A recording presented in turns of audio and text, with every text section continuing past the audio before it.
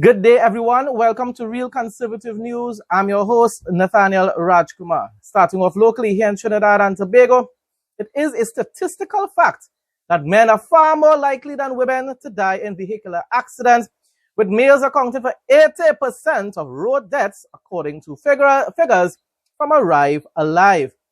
In an interview published in yesterday's Express, psychiatrist Dr. Varma Diyal Singh said, many reckless drivers suffer from what psychologists call optimism bias. That is, they believe they are in control and can handle dangerous situations. And that's just the reality, especially men. You barely ever see women taking those kind of risks, people. It is mostly men that take those kind of risks. And when it is you're driving, a woman will probably wait until the road is actually clear in order to overtake. A man will say, nah, I could make it. I have driven, I've traveled in taxis where I promised myself to try to remember never to travel in those taxis again. I'm talking about right on the Valencia stretch. These fellas just want to be able to reach to Grandi, to be able to pull up another trip as quickly as possible. So they overtake when they're not supposed to, not to mention the speeding. It is ridiculous.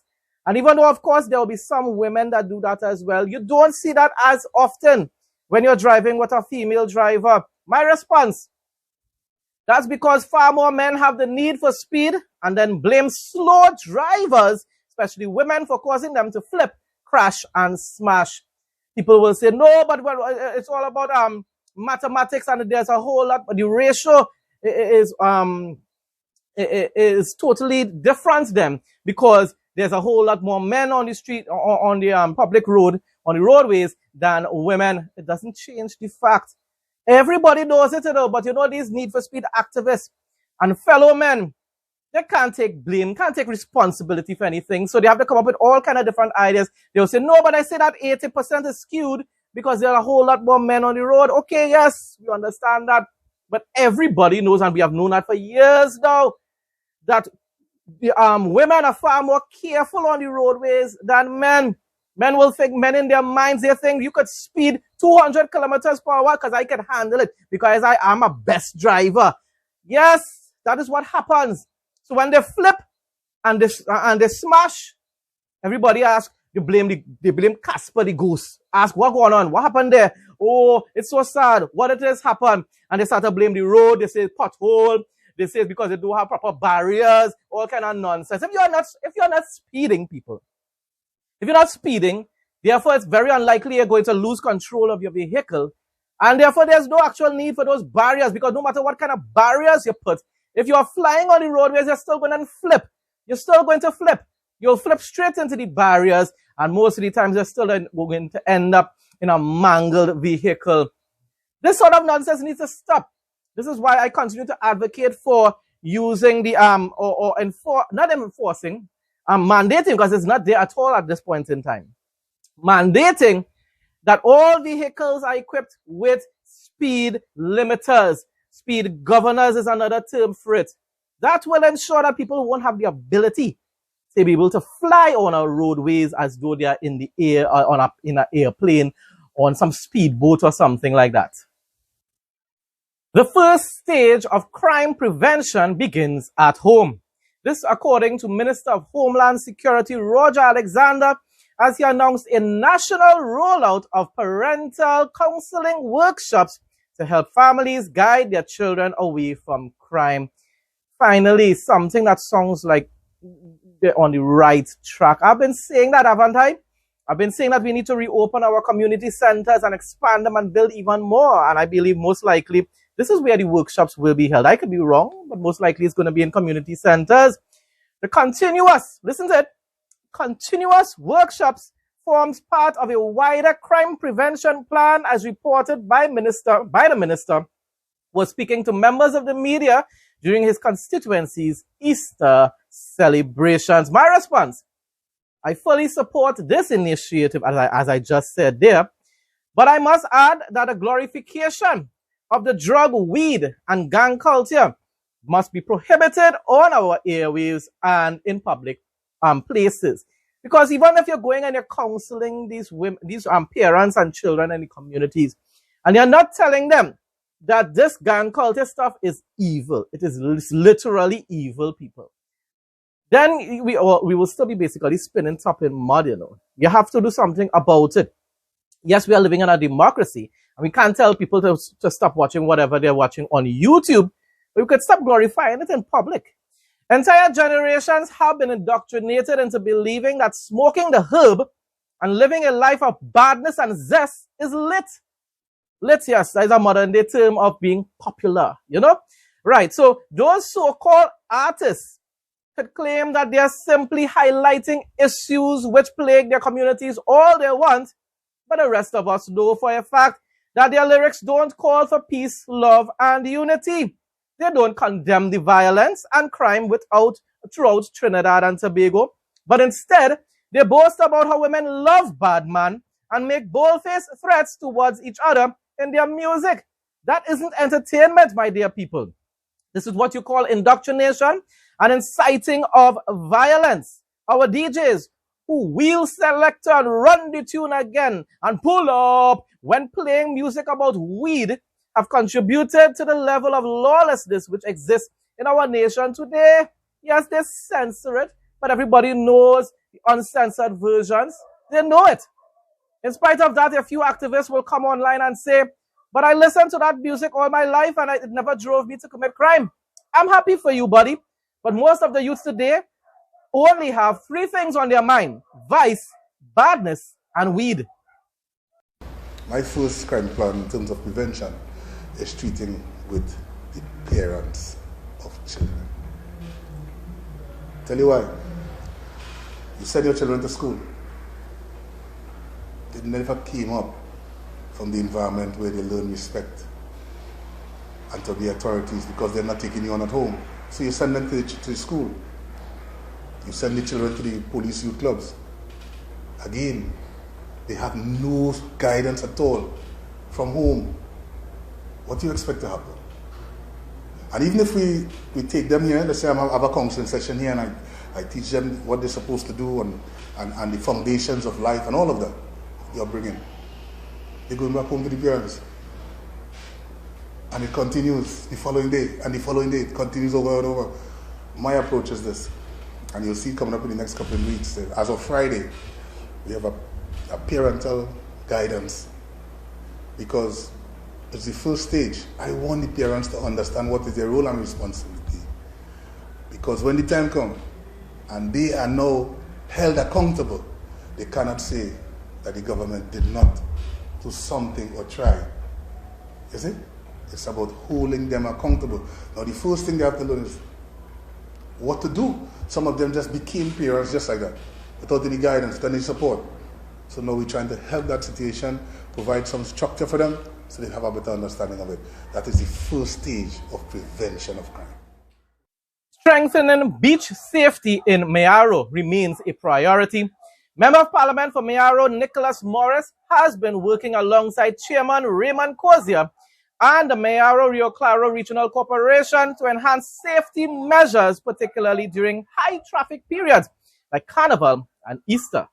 Through collaboration with Minister of Defense Wayne Sturge, jet ski patrols were deployed to support beach monitoring and emergency response. At the heart of these efforts is the continued work of lifeguards led by Captain Prasad and his team, with ongoing discussions to improve conditions and expand services to additional beaches. A coordinated long-term approach is key to ensuring safe beaches for all. You don't used to hear any of these things taking place under the mighty Morphin Ghanaian PNM, you know. Nothing. Everything was just wean off the government. And celebrate when you build a little install a little standpipe somewhere or a bus shed somewhere. And other than that, you're just telling people to take care of themselves. Because the government cannot take the burden of taking care of the people anymore. What kind of nonsense? A timely boost through construction assistance vouchers in Guyana. The initiative implemented by the government through the Ministry of Housing, Central Housing and Planning Authority targets homeowners who have already begun building helping to ease financial pressures and accelerate construction. During the distribution exercise, Minister of Housing Colin Crowell, noted strong participation in the program, while beneficiaries expressed gratitude, describing the support as a meaningful step toward completing their homes and achieving home ownership. I know that I had somebody online had the audacity to ask how much they getting. Telling you just can't please some people, You just can't please them. And if the government didn't give it at all, the Ali administration wasn't helping at all, they would have said, well, help in some kind of way, even if it's a little bit. That's like the PNM Patriots here in Trinidad and Tobago. No matter how much you give them, they still want more.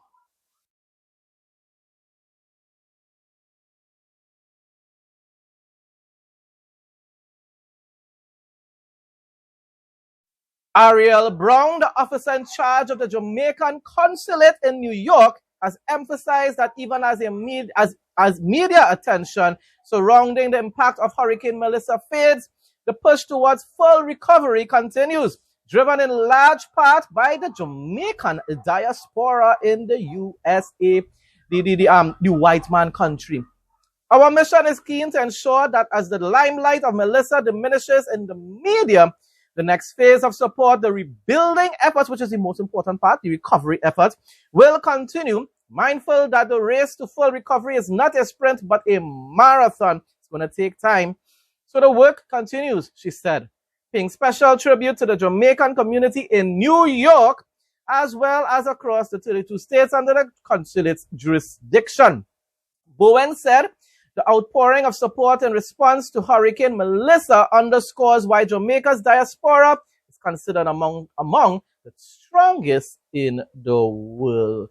Give credit when credit is due. Jamaican people, it might have a lot of crime and gang culture and so forth is plaguing that country.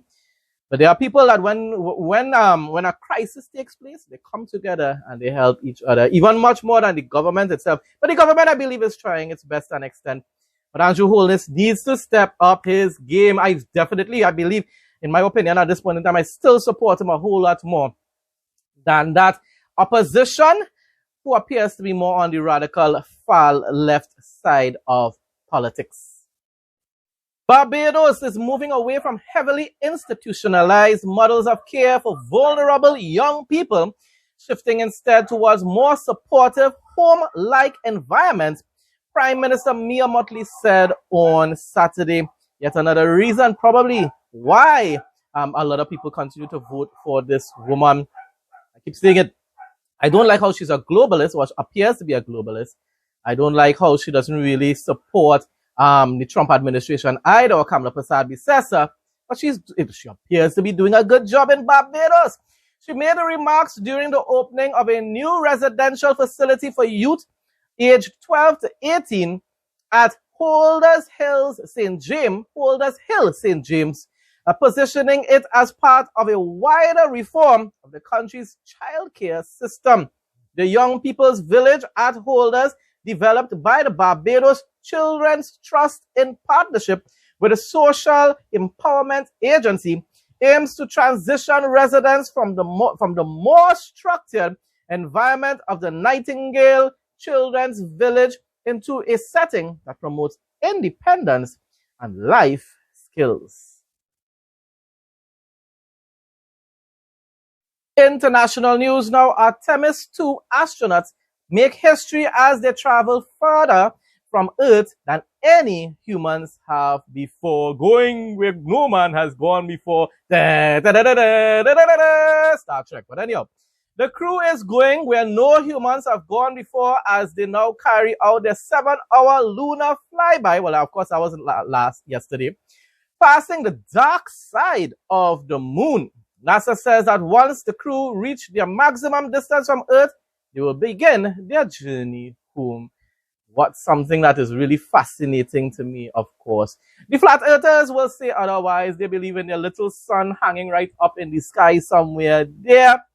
So maybe, just maybe, these astronauts are somewhere right up there where the moon and the sun, just tiny little moon and sun, flying all over the world. Can't explain up to now how there are seasonal changes or anything like that. Flat earthers, You need to wake up and stop that nonsense, eh? Here as we surpass the furthest distance humans have ever traveled from planet Earth. We do so in honoring the extraordinary efforts and feats of our predecessors in human space exploration. We will continue our journey even further into space before Mother Earth succeeds in pulling us back to everything that we hold dear. But we most importantly choose this moment to challenge this generation and the next to make sure this record is not long-lived. Secretary Marco Rubio, the man that I hope will take Trump's place in 2028 and become the next president of the United States of America, said, if Europe won't allow us to use the bases we man and fund also for their defense, when we need them, we ought to close them down and remove our troops from Europe. If they get attacked by Russia, we can discuss whether or not we have time to help them. You see how bold-faced these European countries are? They're telling them, no, you cannot use the base to be able to attack Iran. And yet it's those same bases are being controlled by Americans, people, to protect the Europeans, It's just like the Caribbean people, The Caribbean people say, no, we don't want the white man in our country. We don't want the colonials coming and putting any... Well, the Caribbean people even worse because they don't even want the bases here in the Caribbean to protect us. But yet, you know what they want? They want the white man dollars. They want the white man's colonial US dollars and the pounds and stuff like that. Yes, come and visit us, Come and visit us. Spend your money. Invest. Yes, invest businesses and stuff like that, but we don't want your protection. As though we have the ability to protect ourselves. Lord have mercy, Tribalism, I'm telling you. Tribalism makes people think in a very irrational way. And I've been a big supporter of NATO. And one of the reasons why I've been a supporter of NATO is because I believe that these basing rights give us leverage and give us flexibility and operational capability all over the world. But if NATO is just about us defending Europe if they're attacked, but them denying us basing rights when we need them, that's not a very good arrangement. That's a hard one to stay engaged in and say this is good for the United States. So all of them's going to have to be re-examined. All of it's going to have to be re-examined. In a large-scale strike in Tehran, Iran, the IDF, the Israeli Defense Force, targeted dozens of Iranian Air Force aircraft and helicopters. Overnight, the Israeli Air Force, acting on intelligence, completed a large-scale wave of strikes aimed at degrading the Iranian Air Force and the IRGC Air Force at airports in Tehran. Dozens of Israeli Air Force fighter jets struck numerous aerial assets, including aircraft and helicopters, as well as additional military infrastructure at 3 airports across Tehran.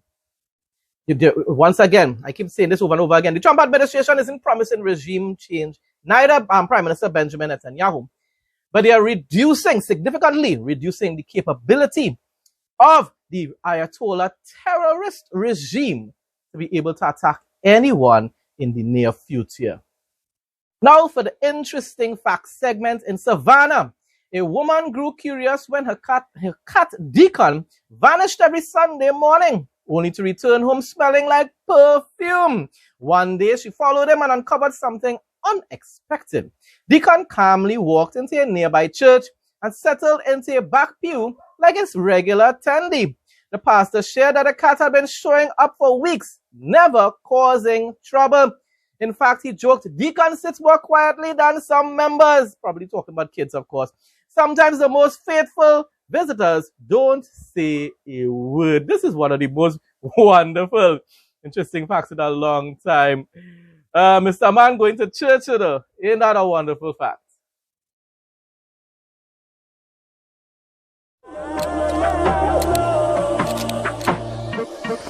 Welcome to Real Conservative News Travel Adventures. The Ozark National Forest in Arkansas offers scenic drives through the Boston Mountains, featuring steep hills, deep valleys, and hardwood forests. Key routes like the Pig Trail Scenic Byway offer breathtaking vistas, while adventures include exploring limestone bluffs, caves, and hiking trails like those near the Mulberry River. Key travel highlights. Scenic driving. Popular routes include the Pig Trail Scenic Byway, passing through rugged terrain, and roads through the White Rock area. Topography and nature. The forest covers over 1 million acres of oak hickory forest, primarily in the Boston Mountain region, offering high elevations and dramatic karst terrain, sinkholes and caves. Activities. Popular activities include hiking, over 42 trails, off-road gravel riding, and visiting waterfalls. Regional stops. Nearby attractions include charming, historic towns like Eureka Springs and scenic areas near the Arkansas River Valley. Accessibility. The area is best explored by car, with various gravel and paved roads leading to recreational sites. Hope you enjoyed today's video, and we'll see you again tomorrow as our journey around the world continues.